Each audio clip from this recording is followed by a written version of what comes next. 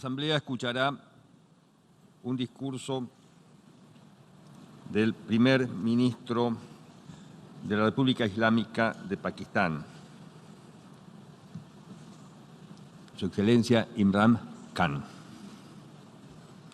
Pido protocolo que acompañe a Su Excelencia. Tengo el gran placer de dar la bienvenida al señor primer ministro de la República Islámica de Pakistán, a quien invito a dirigirse a la Asamblea General.